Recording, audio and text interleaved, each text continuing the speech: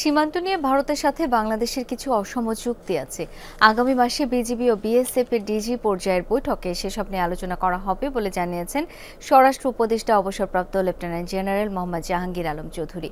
দুপুরে ময়মনসিংহ সিটি কর্পোরেশনের শহীদ শাহাবুদ্দিন মিলনায়তনে মতবিনিময় সভায় এসব কথা বলেন স্বরাষ্ট্র উপদেষ্টা। আইন শৃঙ্খলা বাহিনী, ফায়ার সার্ভিস, ইমিগ্রেশন ও মাদকদ্রব্য নিয়ন্ত্রণ অধিদপ্তর সহ বিভিন্ন মন্ত্রণালয়ের কর্মকর্তারা এতে অংশ নেন। এ সময় উপদেষ্টা জানান, সীমান্ত পরিস্থিতি এখন স্বাভাবিক রয়েছে। কাঁটাতারের বেড়া নির্মাণ বন্ধ আছে।